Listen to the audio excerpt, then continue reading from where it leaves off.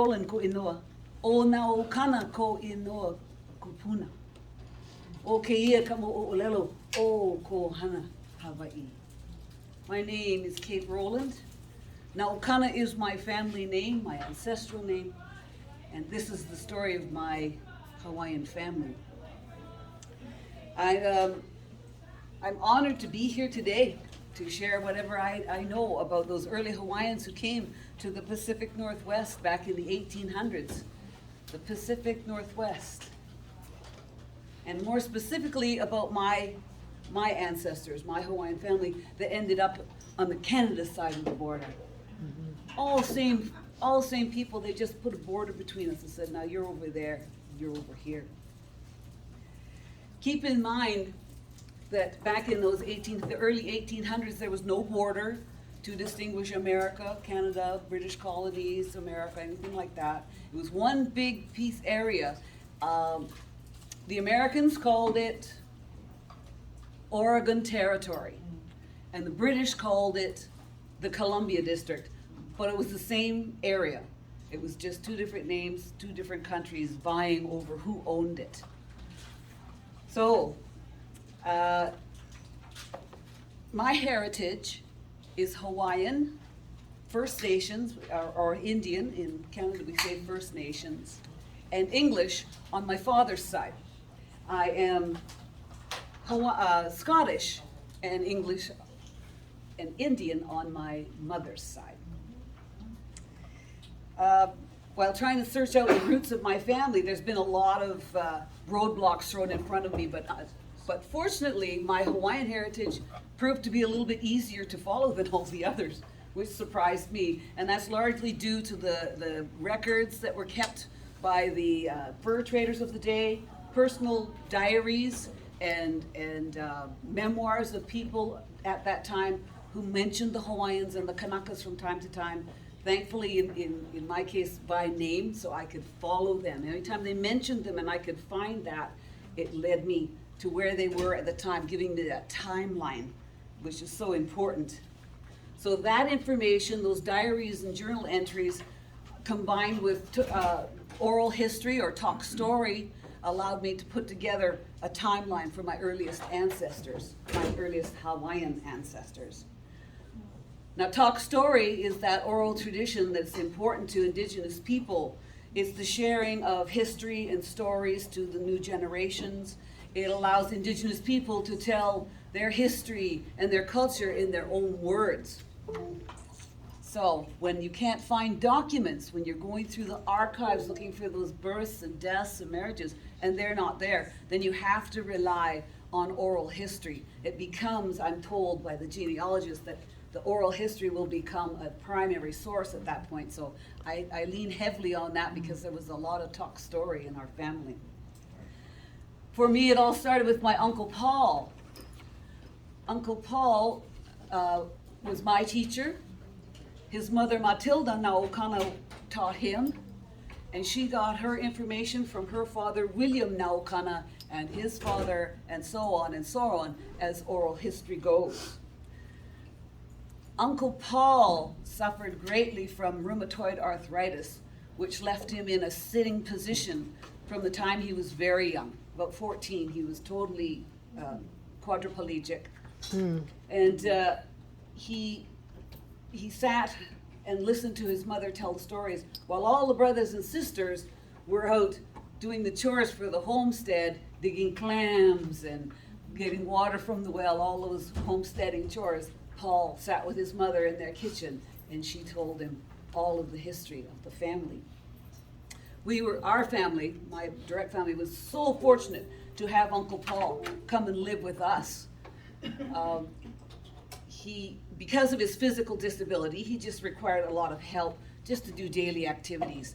So he came to live with his younger brother, Harry, who was my father, my mother, Laura, my 4 sisters, my 3 brothers, and myself. 11 of us, I say, in a 2-bedroom, 1-bathroom house. We were a close family, and we still are today. I like to say this, my brother David, he's in the middle of the pack there somewhere, and he has always said, I feel like an only child born into a very large family. David was an oddball. He was our artistic and our musician in the three brothers. The other two were more the hunter-gatherers. So maybe that's why he felt a little different. He was just artistic. Uncle Paul, he used to call to us as children. He'd call, come, sit, listen, pay attention. Well, little children. I was the baby, so I was even the youngest. So to get little kids to sit still is one thing. Sit still and listen is almost impossible. But when he spoke to us in the old language, it's Chinook actually, Chinook jargon, he would say, "Ah, sha, awatetna kun." You're not listening. You got no ears. Well, we sort of knew he meant business by that point. So we would sit down and listen. He told my brothers and sisters and me often it was our responsibility, our kuleana, to remember these stories and tell them as our own to our children and our grandchildren. The important stories that he told us, he told the same way every time. And he told them over and over again so that we would remember. Once he had our attention, he was a great storyteller. I think he got that from his mother. And his voice would rise in excitement, and we'd all be hanging on the end of our chairs, and then it would just almost disappear into a whisper as he told us the stories of the family. He spoke of our ancestors, the family tree. It was a really important matter to him that we remember all these people. He called it the family shrub. Because you know those genealogical, those oak trees, they have nice little triangular shape. Well, ours was more like a sprawling horizontal mess of cross-generational marriages and unlikely liaisons. There was over 350 names he repeated over and over, of over 3, maybe 4 generations of who married who, what children they had, who raised them, were they Hanai or adopted. Well, and there was the often complex relationships of the marriages between the First Nations and the Hawaiian families. Now, I say complex because, for instance, my grandmother, Paul's mother, my grandmother Matilda had 16 children. The first one was Hanai to her sister. Sister raised her. Then she married this man, she had 6 children. Then she married his half-brother and had 9 more children. So these 6 children are brothers and sisters, and these 9 children are brothers and sisters. But together, they're half-brothers and sisters and first cousins. So when I went to try and put this into the genealogical sites to make the family tree, they'd be going, you can't do that. This is already a brother to this person. You go, well, so the genealogical online tree makers didn't work for me. So I have written the family tree, I don't know how many times, by hand, and it literally, if I put it end to end, would cover that wall. Wow. Because she had 16 children, so and then there's all their children too. Yeah. So just a few generations, it takes up a lot of names. So that was all just oral history. And then Paul started me down a path to try and document some of this information. So I started with the births and deaths and marriages, baptisms, that's all online. And I'm not a great person with technology, but that I could figure out. And I looked for all of those documents, and I found that my research did prove much of what he had said. The dates were right, the names were right. But unfortunately, some of that information predated what the record keepers were recording in the early days, especially surrounding the Hawaiian and Indian families. The records were just not well kept. They couldn't write the names, they couldn't hear the names or understand them, so it changed constantly. The number of spelling variations of our family names is just insane. But if you dig in and look, you'll be able to find them. So I started looking through some of the Hudson's Bay Journal records and ship's manifests and things like that. And my research took me back about as far as 1845. Now I know my first ancestor came before that, but the records seem to stop at about 1845, and that's where I found Matilda's father, my great-grandfather, as an employee of the Hudson's Bay Company. He was on the payroll. He was there for 11 years, 1845 to 1856. So information before that date, as I said, was pretty difficult to find. There was little bits and pieces.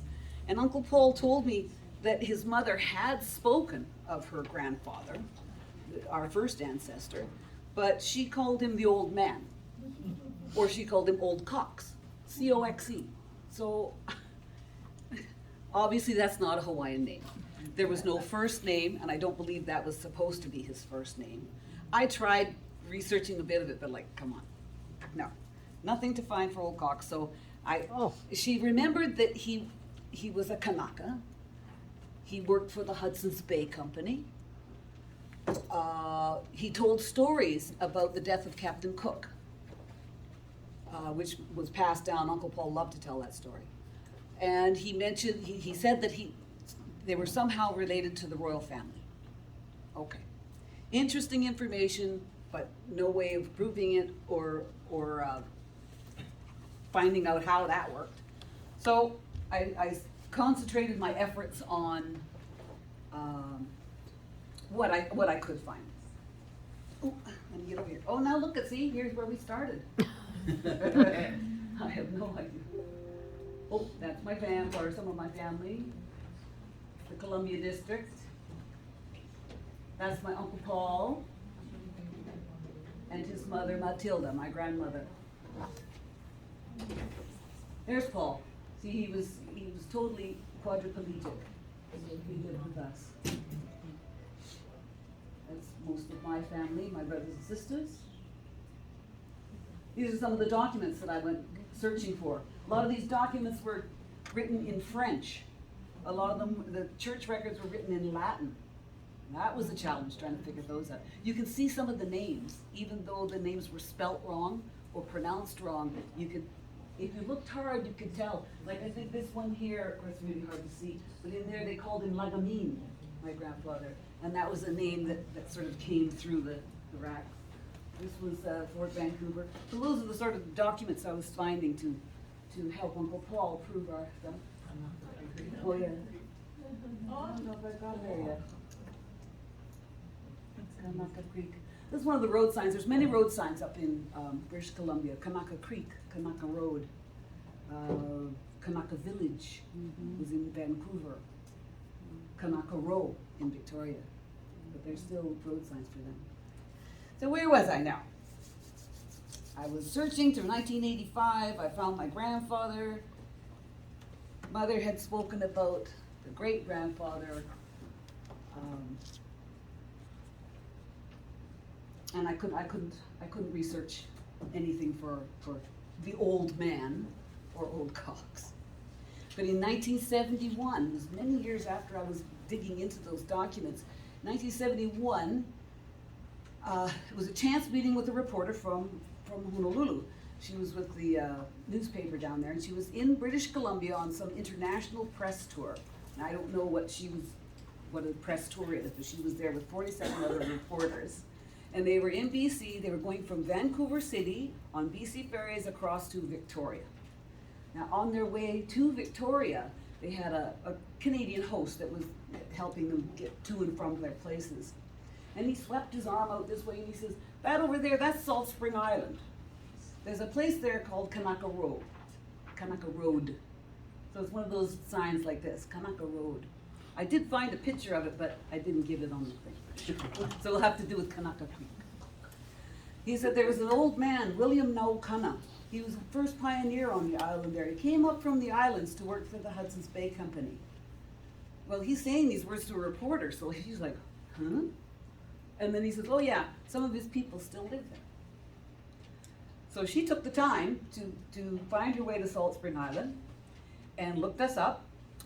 Uncle Paul told her all the same stories he told us growing up, so she took that information back to Honolulu and wrote an article for her newspaper, the Advertiser, and her headline read, "Hawaiian colony found in Canada." And I love that, because there was quite a few families living on Salt Spring, but this was like 1971. By that time, it was only our family left. Most of the other families had either moved away or drifted away. So we find out that our family is a colony, and we're found. We didn't know we were lost, but we are found. I see the, I can't remember, I have to read the article again, but she put the King Kamehameha IV here beside my great-grandfather. Why, I don't know. Maybe she thought they looked the same. Anyway, so this reporter, Mary Cook. Yes, do you remember Mary Cook? What a strange name. Mary Cook. The story that she wrote, this story really intrigued a lot of the Hawaiian people, because so many of them knew nothing about any of the Hawaiians leaving in the 1800s, going north, not necessarily to Canada, just coming here to the Pacific Northwest. And if some of them did have family that did come up here, if they didn't return, it was like, well, where did they go? Like, it was just sort of this disconnect. If they left and stayed here, their life began here and moved ahead. And when we tried to look back, it stopped there. We didn't know the connection to the islands anymore. So she writes this story, everybody's intrigued, and then there's this Canadian/Hawaiian man telling about his family and the fur trade and the 1800s. Well, the newspaper got their heads together with the airlines, and they invited Uncle Paul to come to Hawaii, all expenses paid, and it was just a trip of a lifetime for him. Just an absolute trip of a lifetime. He went with my brother John and one of his sisters, and here's a few pictures of their trip in 1971. You can see they sort of got the royal treatment everywhere they went.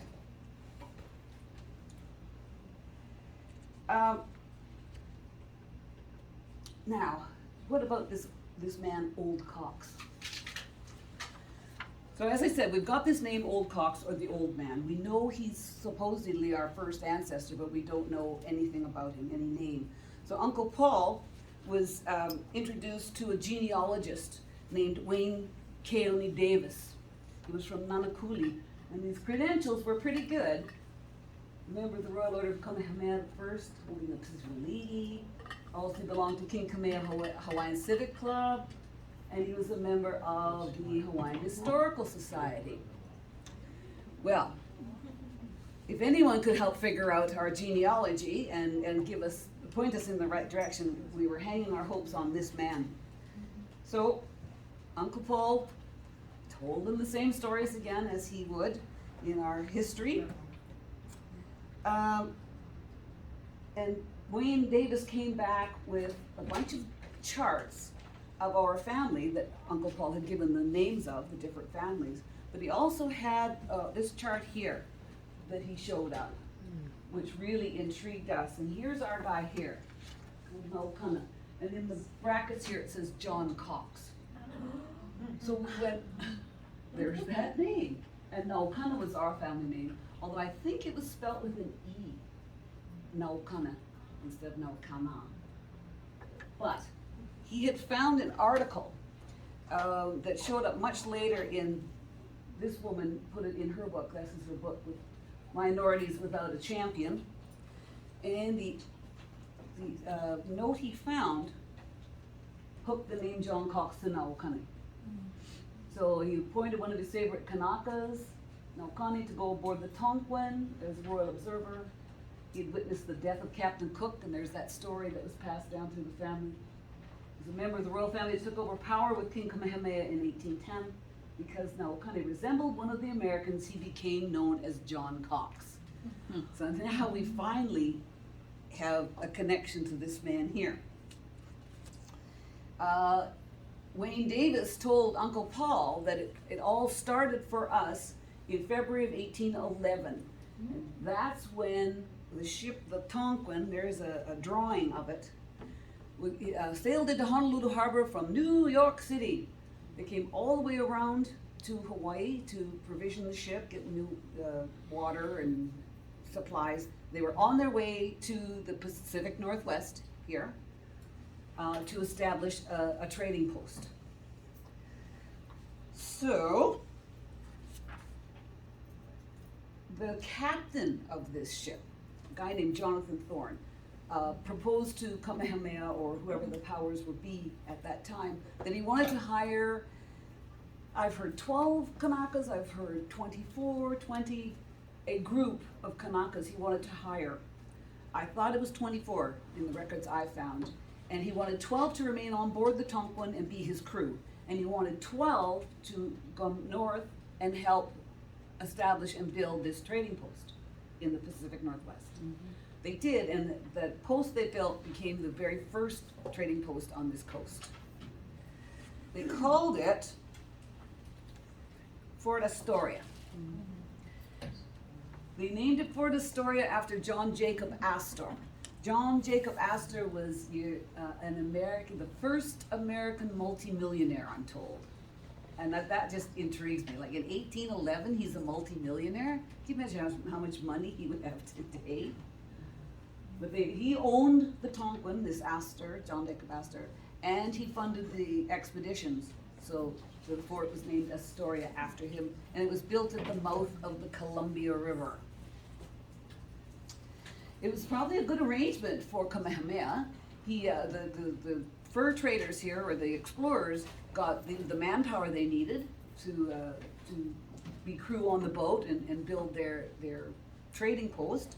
And Kamehameha had the opportunity to send emissaries to the Pacific Northwest, or emissaries anywhere to the maritime nations of the world that had been visiting the Sandwich Islands, or his islands, for over 30 years at this point. This is 1811, and the British, Captain Cook got there 1778, I believe, so it's 30 years he'd been dealing with outsiders, and now he can send them, and they can be his eyes and ears. Go and see what they have that we need. Can we trade? You know, Kamehameha was a smart man. So they arrived and they built this fort. The 12 Kanakas that were supposed to remain on board the Tonquin did, and they continued north. On their way up the north coast, they were heading for Alaska to see what kind of trade could be involved there. And they ran across the natives in the Kalakaua area, and there was a huge battle, and the ship was ultimately lost.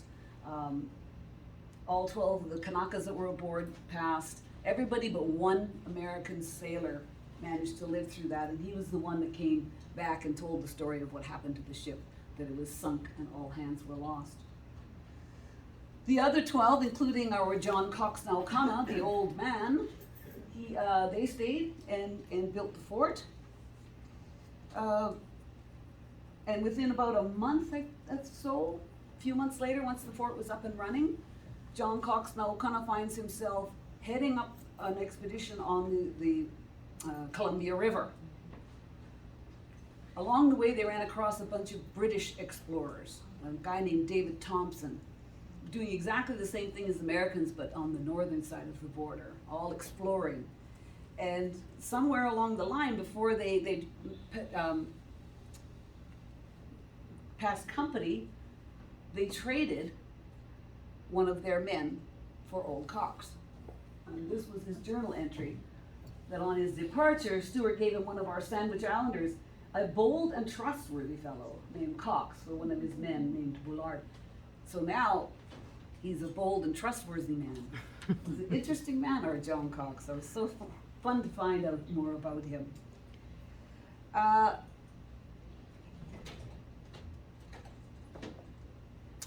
So now we find Mr. Cox working for the British, and the British were very good at keeping journal notes, so it was easy, or much easier, to trace my ancestor through all of those notes.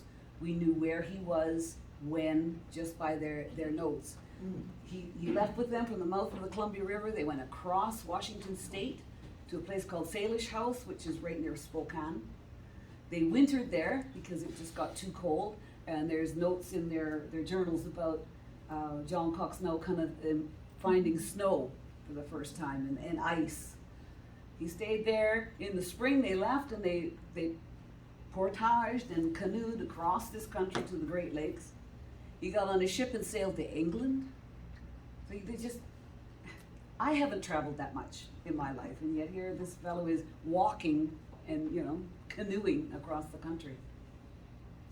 In 1812, they reached England, and by this time back here at Fort Astoria, there's this battle going on between the British and the Americans, always over borders. So now they were trying to fight who owns what. So from Britain, they send the ship back with our John Cox Naukana to go over and defend their borders here and see what they can do. Well, by the time they got back, it's about a year journey. They got back in 1813. Fort Astoria had already been taken over by the British. They renamed it Fort George, so everything was cool. Their 3-year contract was almost up, so as for their contract, they went back to Hawaii. John Cox Naukana came back and forth a few times, working for the explorers and the fur traders. By 1823, he was was King Kamehameha II at that time. He left with him and went to England, sailed to England with him on that ill-fated journey where the king and the queen both died of the measles. He probably went because he had been there before. He's already starting to speak the language, and so he was a good man to have on board the ship, I guess. By the time they returned back to the Hawaiian Islands with the king and the queen, it was 1824. By 1825, we find John Cox Naukana back in the Pacific Northwest, and this time he's here for good. He took up residence at Fort Vancouver in a place called Kanaka Village. There were so many Hawaiians working around these forts, they usually had a specific area, and that's why you had Kanaka Row, Kanaka Road, Kanaka Village. So he lived in Kanaka Village. And he even had a portrait painted of himself. Or I don't think he had it. I think they commissioned this and they painted his portrait. This was done in 1847, about 3 years before he died. You can see the dark areas on the side of his face. It doesn't show up very well in the painting, but those were his tattoos that he commented on that he wore.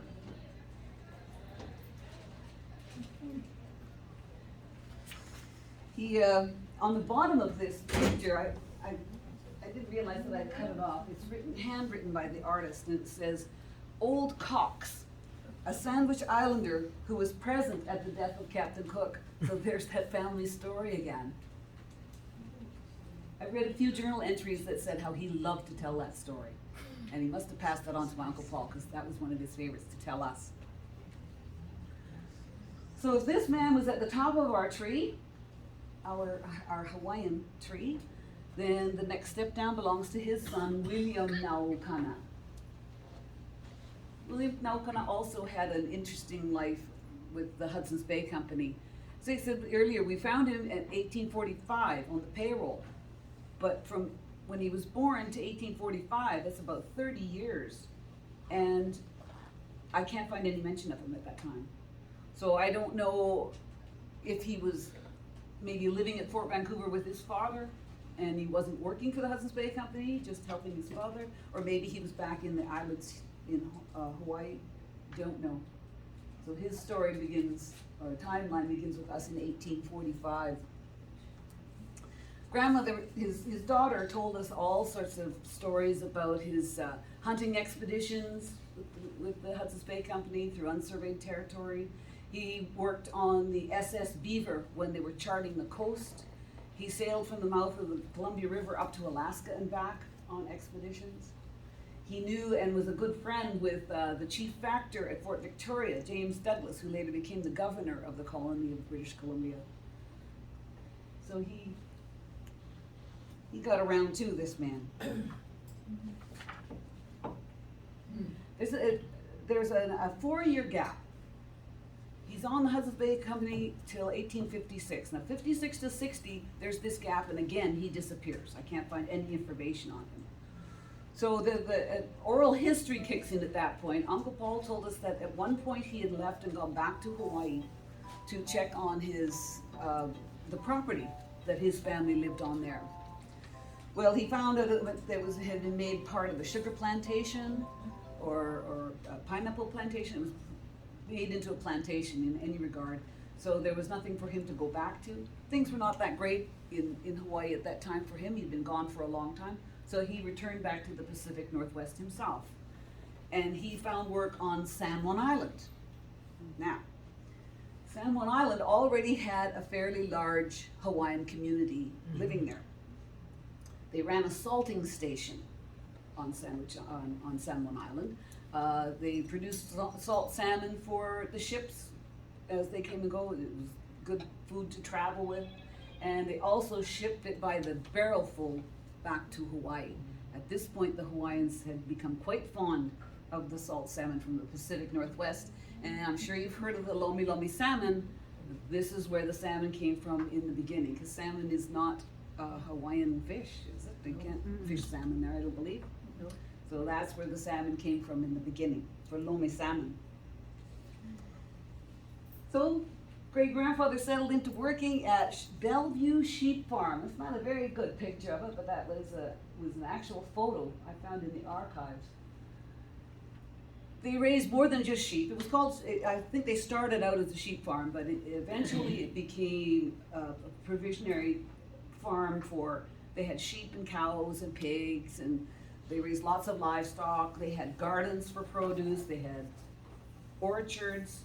The Hawaiians seem to really love planting orchards. There's orchards all over the Gulf Island where I live that are still planted by the Hawaiians, and they're still bearing fruit today, and they're heritage places now. They protect them. But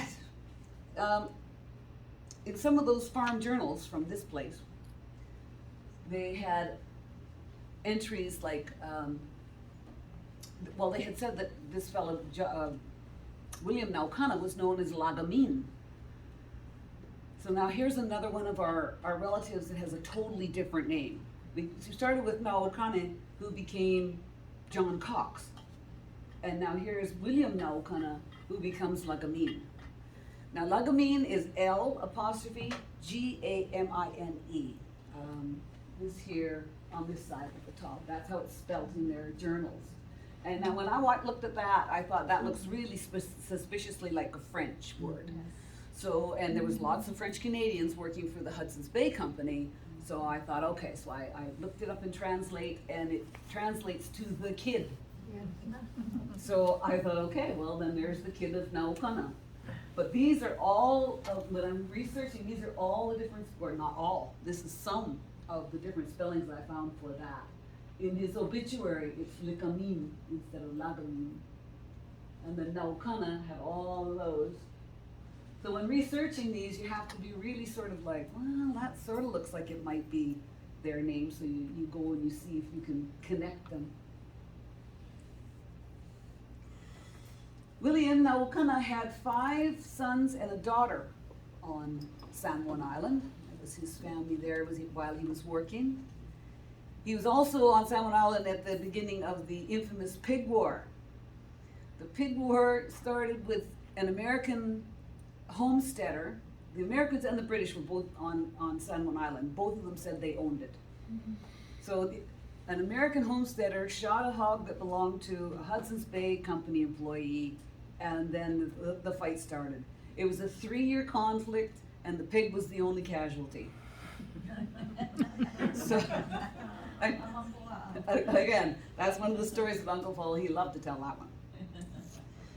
The Americans and the British were always fighting over the border. It was always this conflict with them, and they had figured out the 49th parallel way back in 1846. So north was Britain or British, and south was America. But when they got out to the coast, out to here, to the islands, it was like, oh, now what are we gonna do? The British wanted all of them, the Americans wanted all of them. So it just sort of languished for about 26 years. And then they decided, okay, we'll bring in an international arbiter. So they got Emperor Wilhelm I of Germany. Why? I don't know, but that's who they got to come in and decide, and he went with this. The red border is where the British wanted it. The green was the proposed one, and the blue was what the Americans wanted. He decided that it was going to be America, these islands, and this is where they were living and working. So now with the loss of that island to the Americans, the Hawaiians are sort of like, well, now what are we going to do? So, Sorry. that's okay. No problem. So I think the option was to stay on San Juan Island, but it was a very racist time at that point, and there was laws passed so that the Hawaiians weren't allowed to own land. They couldn't get a crown grant. They couldn't even gain title to the land that they were living on for the past decades working at the farm. It was not a good time. If they stayed, they would have to leave San Juan Island and go to one of the many reserves close by with their families. On the other hand, if they were offered to come to the Fort Victoria, which was here, and they could become naturalized citizens, they could vote, they could own land, they had way more civil liberties there. And they've been working for the Hudson's Bay Company for decades. They were used to that. So I think that was a pretty easy guess to make the move. I believe some stayed. There was a man named Joe Friday, Joe Nuana, he stayed. It was Nuana, stayed, and they named Friday Harbor after him. So the Kanakas did, about 18, William know kind of about 18 or 20, 25 Kanaka families moved from San Juan to Fort Victoria. And there was already a Hawaiian community there. They lived at Kanaka Row. Oh, hold it now, do I have Kanaka Row here somewhere? Right there. Oh, this here, they could become natural citizens. This was the paperwork they drew up to become a British citizen. Formerly of the Sandwich Islands. Oh, and again, yesterday I did this too. Everybody realizes Sandwich Islands is Hawaii. Okay. Sometimes people go, what's she talking about? But they moved to Fort Victoria and they stayed at Kanaka Row. Now down here at the bottom, that's Kanaka Row. That's where all the Kanakas lived. They worked at the fort that was just up the hill. And this here is a tidal flat. The tide is just coming in now. It came right up here. It was just a sand and mud flat. Went out every day with the tide. And in 1904, I believe, they started to build the Empress Hotel. They dredged this and they built the hotel right here now. So Kanaka Row is long gone, and the Empress sits in their front yard. You should try to get that back too. Good luck. Nah, not even. Land was offered, they didn't stay long in Kanaka Road. Land was offered for preemption or homesteading on South Salt Spring Island and the little islands around it, very short distance from there.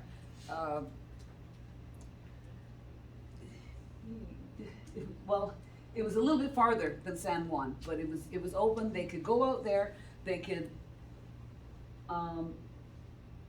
plot some land, 160 acres, wherever they wanted, and then they got this is the Crown Grant. Before they got the Crown Grant, they got the improvement record. They could take that 160 acres and they had to improve it in 5 years. If they didn't, they could forfeit the land. They would take it back. They didn't want you just sitting on the land and owning it and going and get 2, 3. They just won, and they wanted homesteaders. They had to improve the land, and improve it meant like build a home, clear a pasture, plant a garden, do something. Once you met that criteria, then you could buy the land for $1 an acre.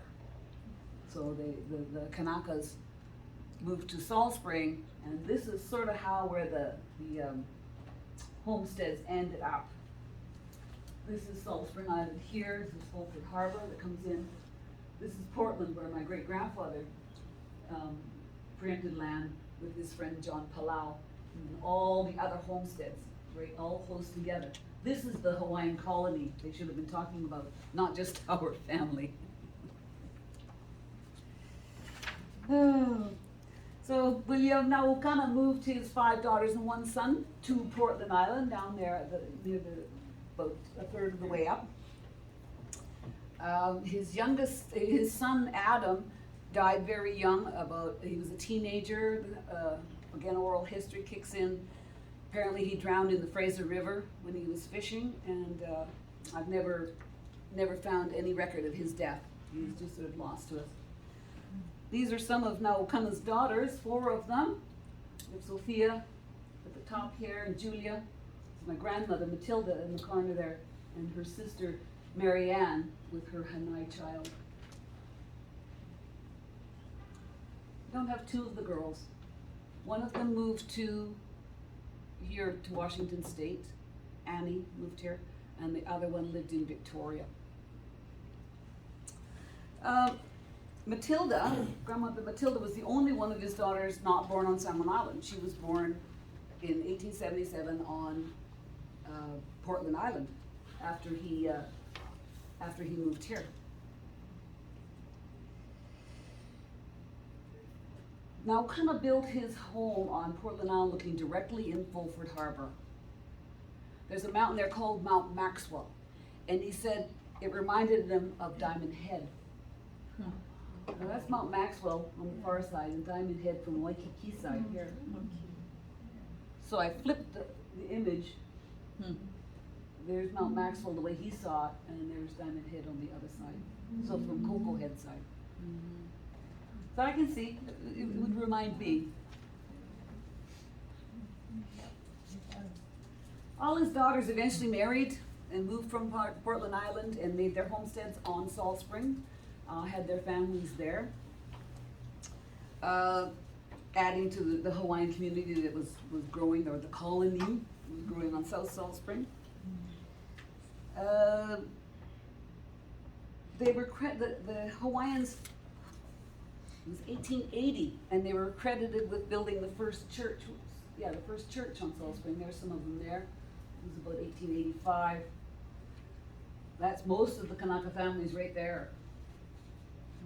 This is a Catholic church called St. Paul's, built on Salt Spring. They've got a plaque there that honors the Kanakas for being the ones that built the church. It was the hub of their community. Everything went through there. All the weddings and baptisms and marriages, all of the events. They gathered there often. Our family, our generation, after that, we used to gather there all the time. Now I go there every year. I'll be there in about a week and a half. I take the family there once a year, and we clean off the graves and get rid of the leaves and everything, get some cedar boughs, and we put some shell lays on their headstones and visit them. So Matilda, after they built the church, a few years after they built the church, they built the school at Beaver Point. Now Matilda went to that school at Beaver Point. Most of the Kanaka families did, but once she had a family of her own, she was still living on Portland Island at this time. They said if she would enroll her children, they could build a school at Isabella Point. There was more Kanakas over on Isabella Point, but they needed more kids to be allowed to build the school. So she thought, well, her dad was getting very old, still living on Portland. So she did make the move, and let me see now. I got ahead of myself. That's the graduation at Beaver Point School, where she went to school, but this is much later. This is Willie Palau here, graduating. That's my grandmother way over here, and some of my uncles. Beaver Point School. It was the only school down there for the longest while. But as I said, with the family grouping, most of the Hawaiian families were here on this side. So this is Isabella Point. That's where they wanted to build the school. So when grandmother said, yeah, I'll come over and register my children, they built the school. This is Isabella Point School there.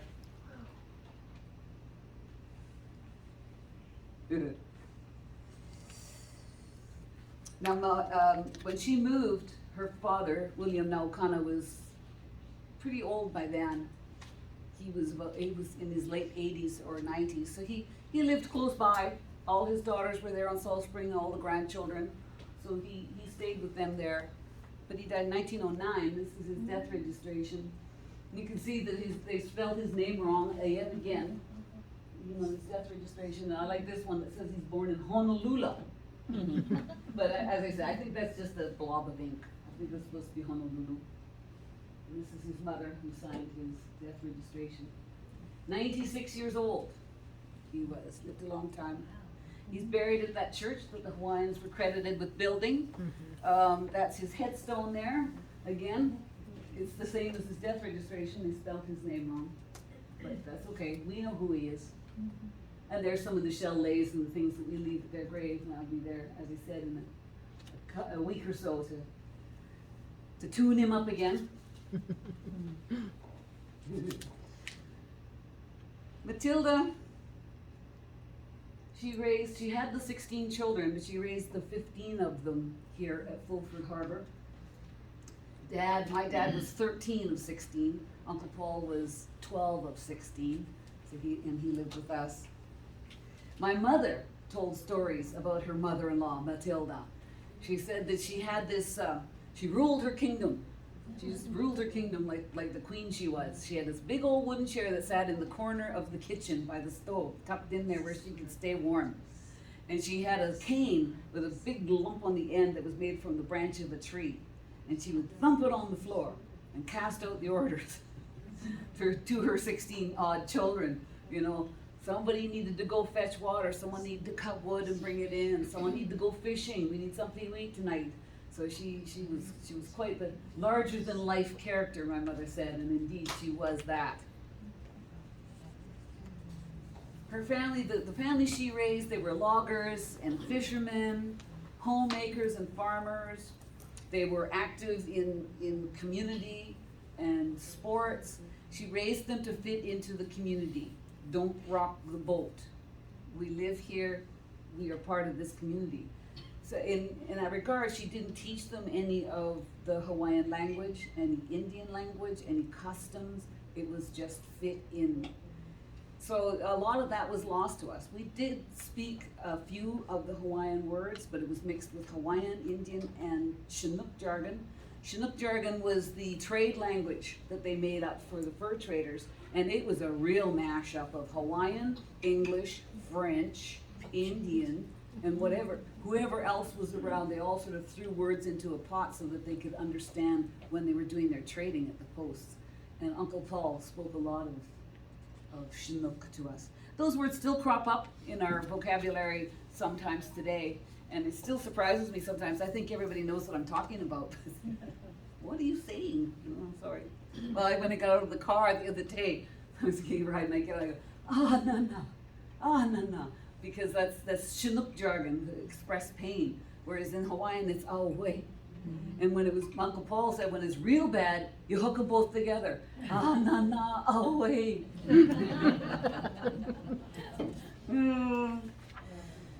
So I am a descendant of those early Hawaiians, starting on this coast in 1811. Of all of the Hawaiian families that homesteaded and lived on Salt Spring and around the areas, the Mahois, Nawana, Kahananui, Palaus, Haumea, their families are gone. Their children are around and about, but they don't celebrate their Hawaiianness like my family has. We still live at the same property that she came over and homesteaded on in 1900. We still go to Portland Island, although now it's a marine park. At one point they gave it to Princess Margaret, and she owned it for a few years, and then she gave it back to BC, and they turned it into a marine park. So now it's a park, but we still go there. His orchards are still there, you know. But the rest of the families, all of those, they've drifted away. We have luau's once in a while. We used to have them yearly. But now if we have a gathering, we'll put the word out, and a couple hundred people who show up. So they're still around, but they don't They don't hang much with us. My family's personal journey was over 5 generations, from Hawaii to Fort Vancouver to San Juan Island, Fort Victoria, Portland, to Salt Spring, and we're still there now. My brother John once said that our family has always saved its treasure in stories. So I've been keeping that oral tradition alive with some documentation now, which helps a lot, sharing what I remember of the old people and sharing our stories. And as I said, we go to that church at least once a year and clean everything up and reminisce and tell their stories. We speak their names, because if they speak your name, you shall never die. So we try and keep them alive. I'm often asked to speak at functions like this, or in churches or museums, historical societies, and I jump at every chance to do so, to honor my ancestors. Because honoring our ancestors reminds us of who we are and where we came from. It acknowledges that our lives were built on the foundations of those ancestors who came before us. And it reminds us that one day we will be the ancestors, and we hope that they will speak our name.